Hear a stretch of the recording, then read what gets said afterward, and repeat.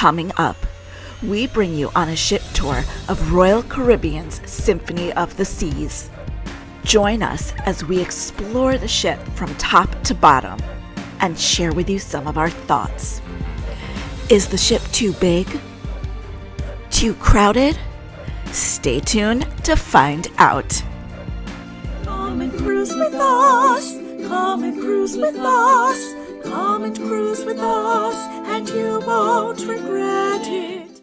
Hi everybody, and welcome back to the channel. We are starting this ship tour on the back of Deck 16. The ship is docked in Port Canaveral today, and when I posted in a vlog video on TikTok that we were at Port Canaveral, a lot of locals didn't know that not only was Port Canaveral, Florida a hub for ships, but it's also a port where ships stop. It is often the first stop on a New York to the Bahamas cruise, so Gary and I have been here many times, which is why we chose to stay on the ship to hopefully have an emptier ship for this tour. So that ugly fish thing you just saw on the very back is the ultimate abyss slide. It is a dry slide that both Gary and I were too wimpy to try out on this cruise, maybe next time.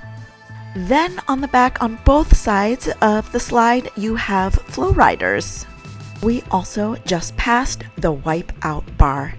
If you need to use a restroom, no worries. There's bathrooms right here. And these steps here are for the zip line. To my right, you have a basketball court.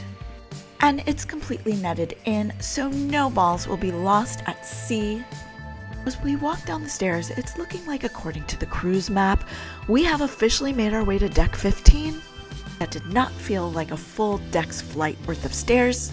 I'm gonna go what the information is telling me, and we'll call this Deck 15 now. This is the back end of Loo Fresh, the Mexican-style restaurant on Symphony of the Seas, and this is included with your regular cruise fare. Because both Gary and I had unlimited specialty dining packages for this cruise, I only went here one time with my folks for lunch, but I really like it. Not only do they have fresh nachos, quesadillas, tacos, burritos, but they also have a huge fixin' bar with pico de gallo, onions, different salsas. Really good stuff.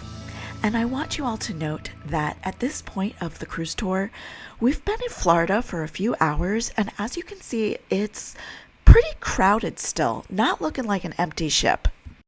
I'm looping around and making my way back towards the back of the ship, and we just passed a little table tennis area, which is super nice because it's enclosed. And here we are at the beautiful miniature golf course. Gary and I did not get to play miniature golf on this cruise. For one reason, it was only a week-long cruise, and on a ship this size, stopping at some really nice ports that we enjoy, there just wasn't time. Another reason is that there were so many children on this ship. We chose October because we know it's in the middle of a school year. We figured there'd be lots of toddlers and babies. Never imagined it would be stock full of both elementary school and teenage school students. We are at about Deck 15 Midship. That was the soft serve ice cream station. And then looking at the ship map, it appears that this is Fuel, the teen disco place, but peeking inside, it does not look like much of a disco place. Do you know what that was? Please let us know in the comments below. We've got the video arcade right over here, and some vending machines for you with some toiletries and whatnot. And from here, we're running up to Deck 17. I'm trying to make this ship tour as linear as possible. But if you know Oasis class ships, they have kind of a funky layout, so it's hard to keep everything in order. But up here, we have a bunch of suites. We're jealous. Hopefully that'll be us one day. Hey, Royal Caribbean, we're accepting free cruises. And Coastal Kitchen is the suite restaurant. Quick pause here to enjoy the view and mentally and emotionally prepare myself to head into the Windjammer Marketplace, aka the buffet. All right, the Windjammer is on deck 16. And as we're heading in there, I want to apologize for a few reasons. One, it's packed. I tried, y'all. I tried. This buffet is not big enough for the ship, and it was not open long enough hours. It was always packed. There was never a downtime. During this filming, it's past lunchtime at this point, and we are at a port, and look how crowded it still is. With all the negatives out of the way, I will say I liked all of the food options here. I mean, they had really nice salad bars, they had bread bars, they had an American style food section. Then around the back, one day they had a full ramen bar. The food tasted good, it appeared fresh. It was just obtaining it was a feat. And at night, it was only open until 9 p.m., leaving the Promenade Cafe to be basically the only place open after 9 to feed a 6,200 passenger ship. So at full capacity, Symphony of the Seas holds 6,680 passengers. At double occupancy, it's 5,518. We were sailing at 6,200, which is a pretty full ship. A lot of cruise ships love to tout that they space everything out so well. You don't feel the crowds. We usually find that not to be true. I felt packed in like every one of those other 6,200 people on board. And the most annoying thing about this buffet being too small is that it's one of the few indoor restaurants with big, wide windows featuring beautiful ocean views. Cruise vloggers Ben and Dave have also criticized Symphony of the Seas for not featuring enough windows on the ship. We felt like they were exaggerating, but after leaving from New York City and being cold for both the first 2 days going to the Bahamas and the last 2 days leaving the Bahamas, we agree with them. While there were a ton of ocean views by the pool, there were very few indoor spaces with windows where you could stay warm and still sit down, relax, and gaze at the sea. Have you ever sailed Symphony of the Seas? What do you think about the windows situation? Do you think there's enough windows? Also, what did you think of the buffet? Was it too small for you or just the right size? Let us know in the comments below. As crazy as this ship could get, there were always a ton of deck chairs available. Not necessarily at your favorite location near a pool, but still, if lounging and getting some sun or reading your favorite book is your favorite way to spend a day at sea, that was never a problem. We have made our way to Midship Deck 16, and we're coming up on the mast bar. And also Casita, where you can check in if you purchased an ocean view retreat with amenities. That would be one of these little cabana-like stations. I heard they are quite expensive. The internet is telling me they cost about $200 a day, and it comes with 2 welcome drinks, 2 lounge chairs, dedicated beverage service, 4 chilled water bottles, a cooler, 4 pool towels, 4 hand towels, and charging outlets. Have you ever rented a casita before? Do you think it's worth the money? Please let us know in the comments below. We're continuing our little stroll down the port side of Deck 16, where we stare jealously at the sweet sun deck. Whatever, we don't need a stupid suite. Continuing on your walk forward, we run into a dead end with a beautiful view of the Salarium. So we'll sidetrack, make our way through the doors and towards the restaurant Hooked. If you love seafood, especially shellfish, you will love Hooked.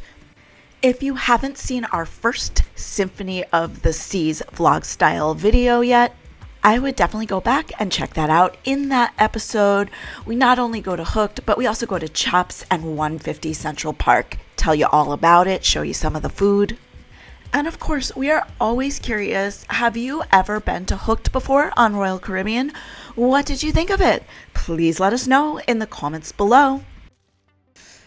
Outside on the starboard side of deck 16, and we've run into another dead end, again with a view of the Salarium.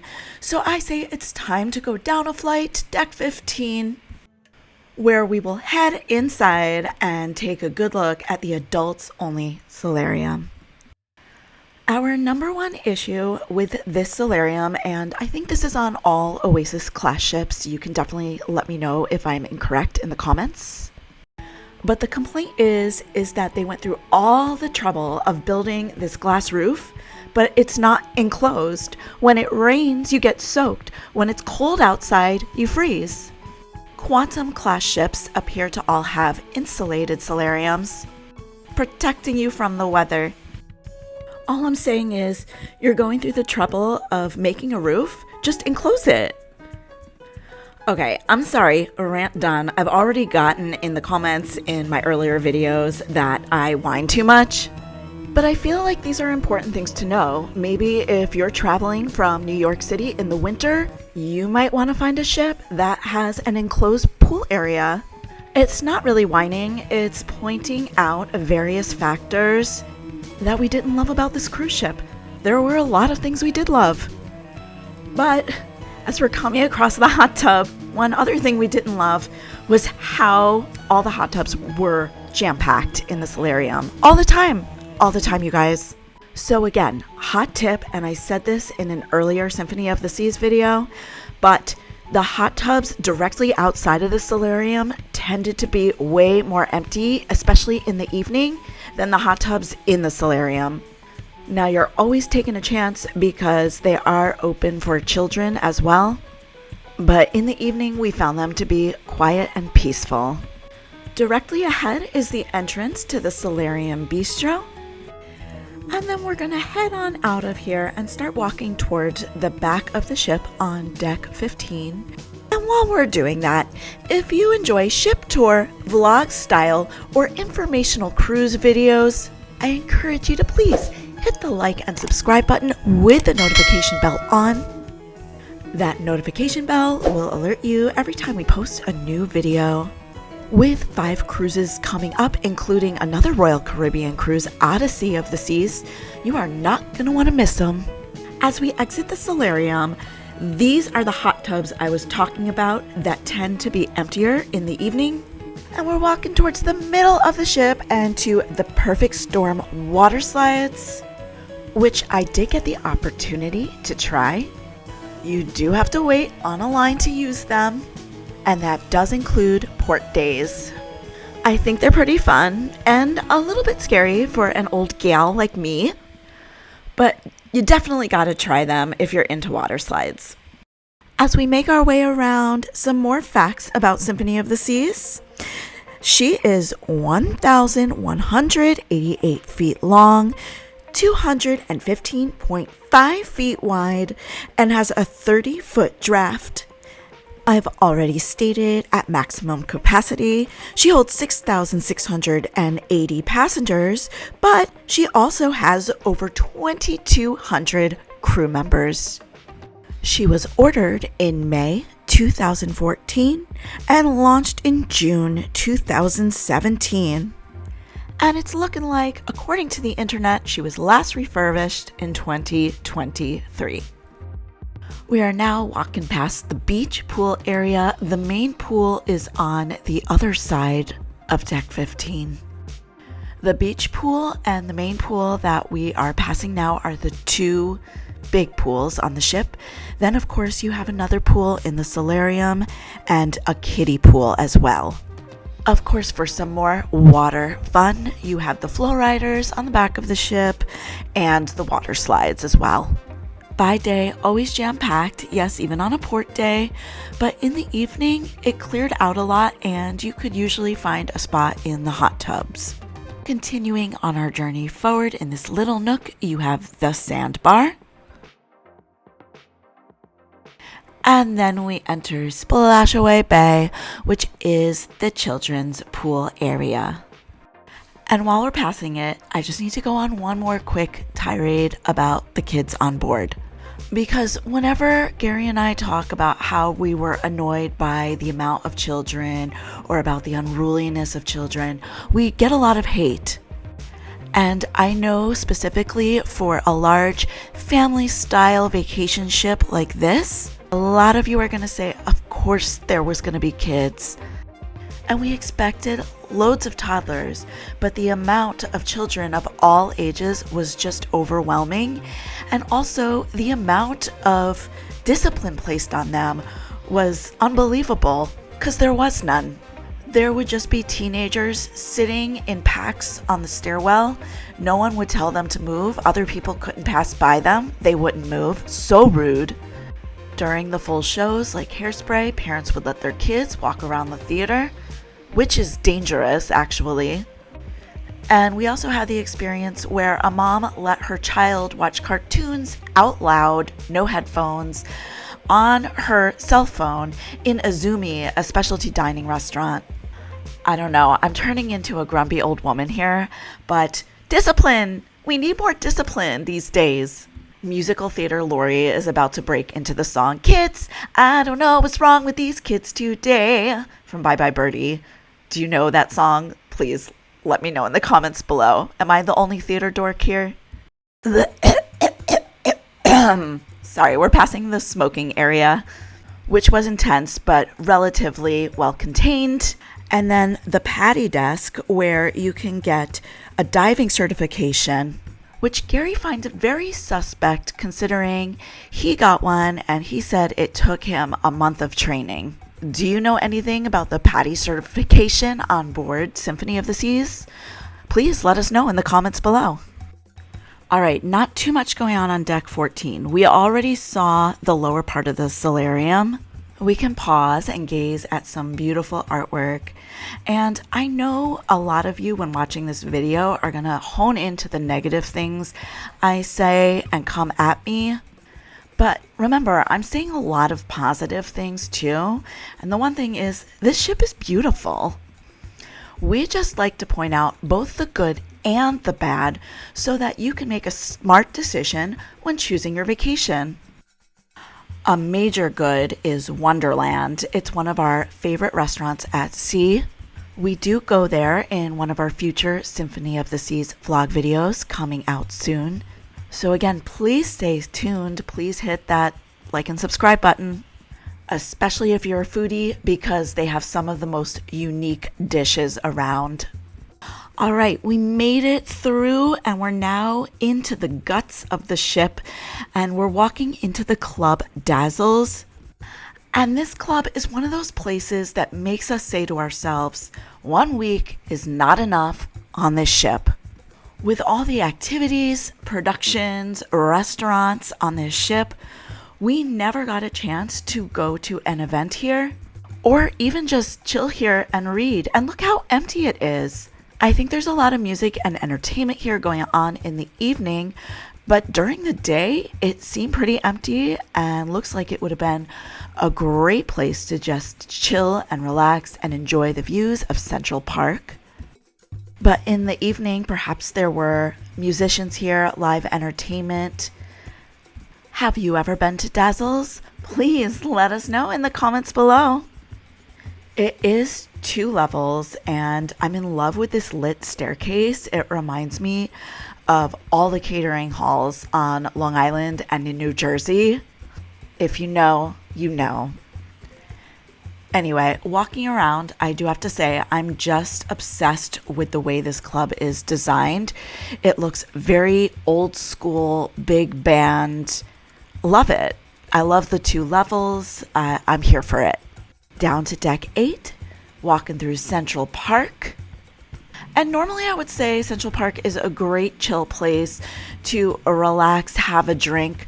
But again, it was usually pretty crowded on the ship. And also, again, it was cold both the day going towards the Bahamas and the day before we came back from the cruise. But 2 of our favorite restaurants are here, which number 1, of course, is Chops Grill. Chops is the steakhouse brand on Royal Caribbean. and we think they have really good quality food, especially compared to Cagney's on Norwegian cruise lines. And then, of course, 150 Central Park, which is one of our top-rated restaurants at sea. The next departure sign is referring to the Rising Tide Bar, which is literally a bar that moves. It ascends and descends over 3 decks. Central Park is the top deck. And then the Trellis Bar, which is a nice place to grab a drink and listen to music on a warm night. There is often live music playing in Central Park on any given evening. Coming up on the left is the Park Cafe, which is a great place to grab a bite to eat or a snack, especially if you're not in the mood to deal with the chaos that is the buffet. And to the right, we have Jamie's Italian, which is okay. If you haven't seen it yet, we visit Jamie's Italian in our second vlog video of this cruise. And the food is good. It's just nothing I'd write home about. We love Giovanni's. That is the other Italian restaurant with the Royal Caribbean brand. We just prefer the menu options and the ambiance of that restaurant more. Just past Jamie's Italian, you have Vintages, which is a really nice wine bar. Gary and I didn't visit this cruise, but my parents, who are huge wine connoisseurs, were there often. And across the way are a couple of bougie, high-end shops.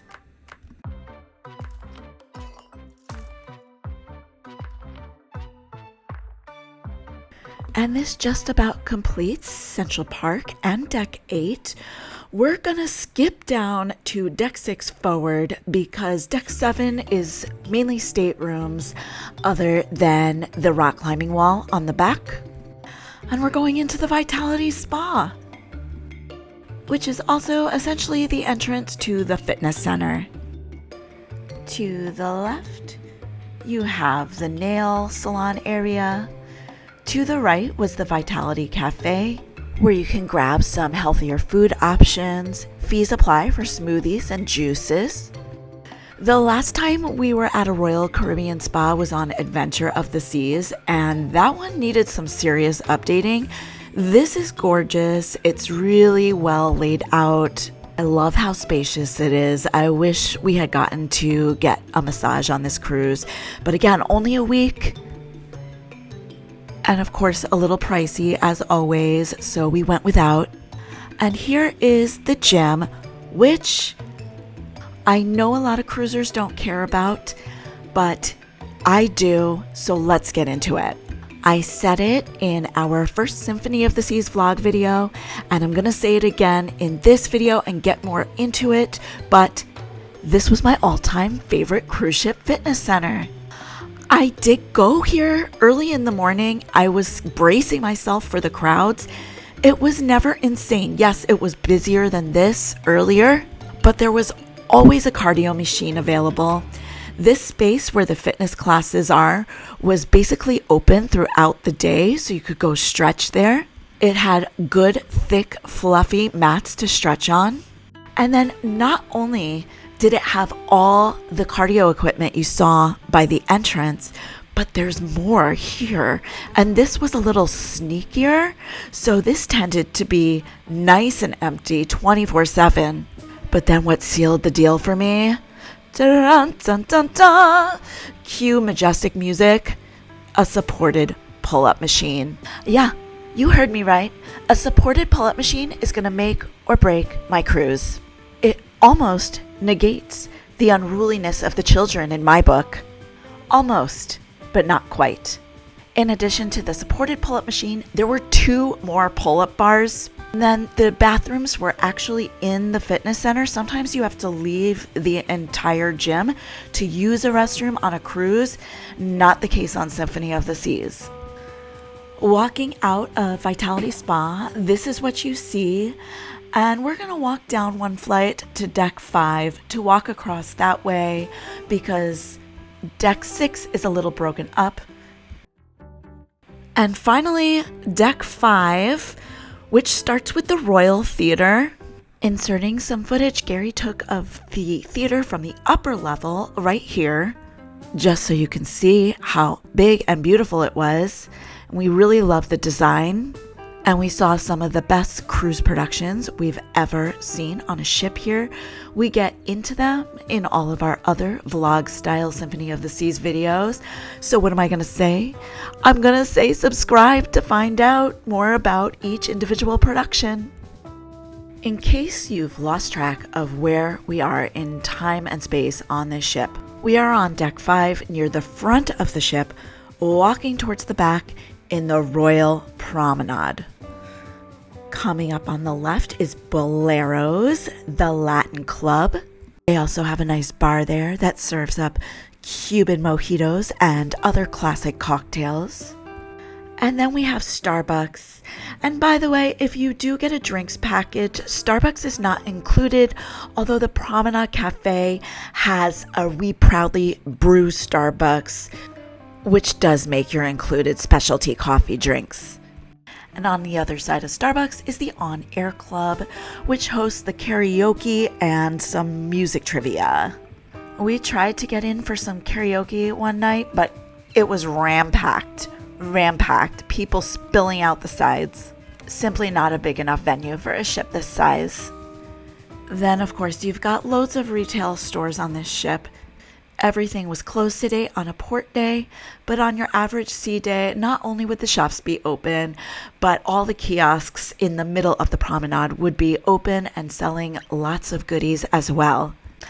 And we're coming up on Sorrento's, and seeing it reminds me that, oh my goodness, I gave a little bit of misinformation earlier in this video. Earlier, I said the buffet closes at 9, and then the Promenade Cafe is the only place open with food. I forgot, of course, Sorrento's also serves pizza late into the night. I stand by what I said earlier, though. I still don't think that's enough food options at 9 p.m.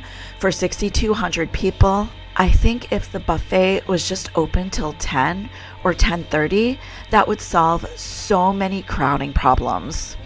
Clearly, I know all the answers and should be the CEO of Royal Caribbean. All right, hot tip. We are in the English pub. In the mornings, Promenade Cafe would be packed. The English pub was a great place to sit and have your morning cup of coffee in a quiet space. And then we have the Royal Caribbean branded merchandise shop. We ended up getting a magnet, and I got a water bottle. I really like the Royal merch, except I don't like their bears. We've been collecting branded cruise ship teddy bears from each cruise we go on, and we opted out on this cruise. They were just very cheap looking. That mashed up VW is an eyesore. And then you got your next cruise station, but we have too many next cruises. We couldn't book another one. More nice shops. And then in the center is the starting place for the Rising Tide Bar. Across the way was guest services, and other than the first day and the last day of the cruise, guest services was often not too crowded. I think it was because they were actually answering the phones. In the past, on Royal Caribbean, when we've called guest services, it would just ring and ring and ring, and we'd basically have to go there. But this cruise, every time we called, we had someone answer on the first or second ring. So I'm not sure what Royal did, but guest services was a much smoother operation. And that was the Bionic Bar we just passed. Gary and I would seriously love your thoughts on the Bionic Bar, because we think it is the most ridiculous thing ever. I mean, I guess it's kind of cool to watch a robot make your drink, but once that happens, the novelty is gone, and I feel like 50% of the time it's broken, down for maintenance. I don't know. What do you guys think of the Bionic Bar? Do you love it? Do you hate it? Seriously, let us know in the comments below. And now we've approached the main dining room, which is 3 levels on this ship. And because Gary and I got the unlimited specialty dining package for this cruise, we only went here one time, and that one time was on formal night. And of course, formal night is when they have the lobster and the escargot and the best food. So clearly we had a great experience here. But another thing we liked about the main dining room is the space between the tables. There's nothing worse than a main dining room with tables 1 inch apart from each other. That's not separate tables.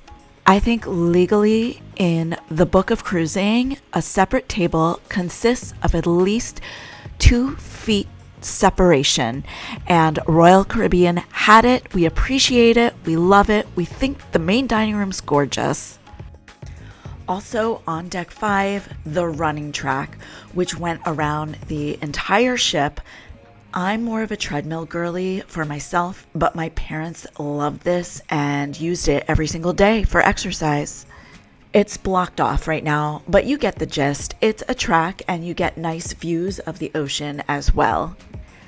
How are you guys holding up? Are you hanging in with me? We're headed down to deck 4 right now, which is our last deck on this ship tour. We're in the home stretch. As a reminder, we are in the back of the ship, and that is the deck 4 entrance to the main dining room. Across the way is Azumi, the sushi restaurant. We do go there in a future video, so again, subscribe. I won't attack you with the subscribe button though. And then we enter the casino, and I always feel bad when I'm giving a tour of the casino because we end up getting loads of questions about it, and you guys, I'm so sorry. I got nothing for you. The last time I gambled at a casino was over 20 years ago when I lived in Los Angeles and used to make weekend visits to Vegas with my friends. And then even then, I just put like $20 on a roulette table on odds or evens and kept my fingers crossed. But I know that there are ways through playing in the casino that you can build up points for future cruises. So at some point, we really need to start checking it out, but it feels very overwhelming to go at it alone. So maybe in the future, if we ever end up cruising with friends that can show us the ropes, we'll get a little more into it so we can bring you a little more information going forward. Passing Park West, the art gallery, and what we liked about this art gallery was it was kind of out of the way since it was all the way down on deck 4, and when we stopped to look at the art, we never felt too harassed by the employees, so we really appreciate that. Our New York City apartment is maxed out with the art. We wish we could buy it all. We love this stuff. But alas, the biggest downfall of being a New Yorker is space. Once you exit the main casino, you run into Studio B, which is the ice skating rink. There they have the ice shows or actual ice skating during designated times. And then you have the attic where the comedy shows are. And by the time we went to book the comedy shows, which again was definitely a full month before the cruise, every single comedy show was sold out. So get on this if you enjoy comedy. I mean, set an alarm to check in for everything as soon as it's available, or else it'll just be gone. And then we come to a mini casino for non-smokers. If we had our way, we'd prefer it to be the other way around, where the big casino would be for non-smokers and the mini one would be for smokers. But I guess people just really love smoking when they gamble, which makes sense. And then you have the bottom entrance for the Royal Theater. Okay, just a few more nooks and crannies on the ship, and then we're done. We walked back up to deck 6 midship, and you have the shore excursion desk where you can book those last second shore excursions. And then past that, Focus, which is the photography studio. We did get suckered in to buying a photo from our evening out at 150 Central Park. There were 2 or 3 different photographers that made the restaurant rounds at night. So if you're on a family reunion and eating dinner with the fam, don't worry, they will find you, they will take a photo of you, and they will upsell it to you, and you will buy it. They were very convincing. Focus leads you to a dead end, so we'll swivel around, catch this beautiful view of the promenade, take a quick peek at the schooner bar. I liked this bar on this ship because it was a place you could go to kind of get away a little bit, but you were still a part of the action since it overlooked the promenade. And then look what the cat dragged in. It's Gary. He's decided to come on down and help us out. If you've never been to the Boardwalk area on an Oasis class ship before, let's tell you a little bit about it. It's a vibrant, family-friendly neighborhood inspired by classic seaside piers. As you walk into this one, you see these really nice wooden carousel horse sculptures. Gary's working on a penny press machine right now, and to the left of him is the Zoltar. Shout out if you know what Zoltar is from Big, the movie.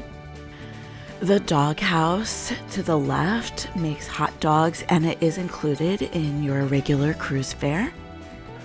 We've never eaten there before in all of our Royal Caribbean cruises, so couldn't tell you if it's good or bad, but it's really hard to go wrong with hot dogs. Some classic carnival games here. And the centerpiece of this boardwalk, the merry-go-round.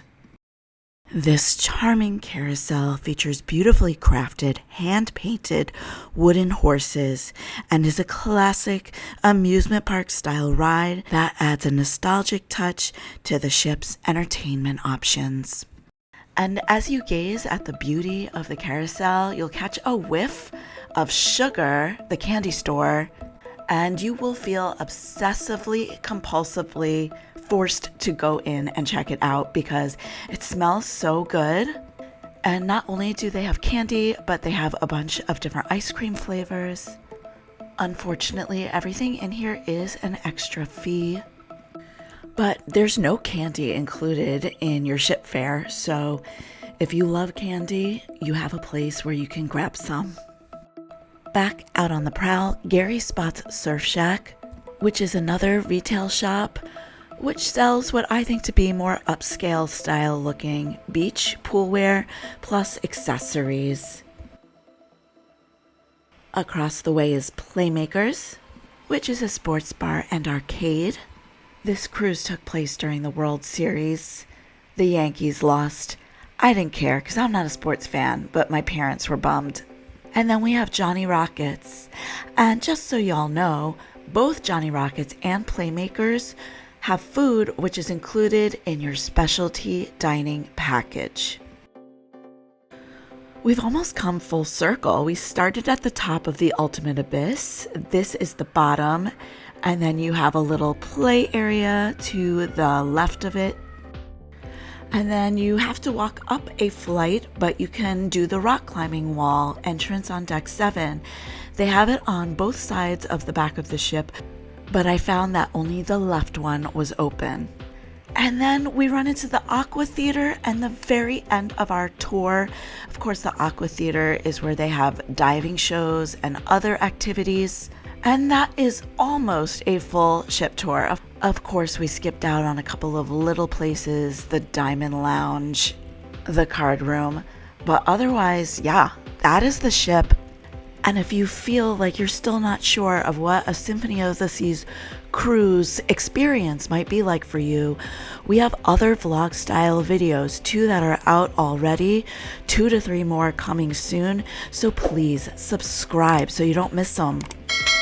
And if you have any questions or comments, if you think we missed something important, also let us know in the comments below as well.